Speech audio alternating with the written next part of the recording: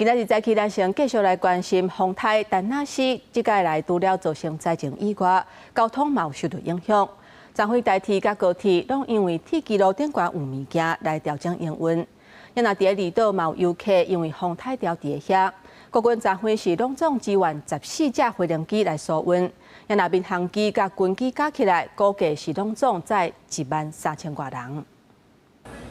丹那市强风大水河拍乱航班的起降，到8时半暝11点，国内线一共152个航班取消，国际甲两华航线也取消33架，延57架。大批旅客伫留机场等待候补上飞机，要较早转去。 民航局指出，8除了民航机飞航146架以外，佮协调国防部支援军机14架，提供980个飞协助疏运，有个专职疏运13115人。一点紧张，一点紧张，还是可以回台湾真好。可以真好。对，不用留在这里。 民航局表示，今日马祖航线已恢复飞航，也已经互相协调国防部支援军机协助疏运马祖航线。 金门甲澎湖是看今日早起疏运状况继续协调。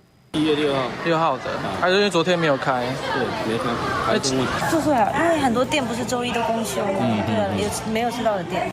咱主要旅客伫流动地也伫8日中途了后疏运，高雄来往澎湖的澎湖轮也临时决定加开一个船班，要登去工作的5县市。原本伫高雄小港机场要坐飞机，听讲澎湖轮加开航班，赶紧登过来坐。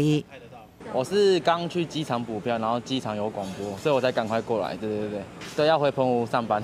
不少人因为赶袂赴，坐人无坐，暗过到澎湖了后，因阁协调载运旅客登去高雄，有个上坐600人。另外，台铁甲高铁方面，也拢因为风台造成有物件伫铁轨路调整行运。好在在8日中昼过后状况解除，除了观光列车以外，全线列车全部拢已经恢复。记者综合报道。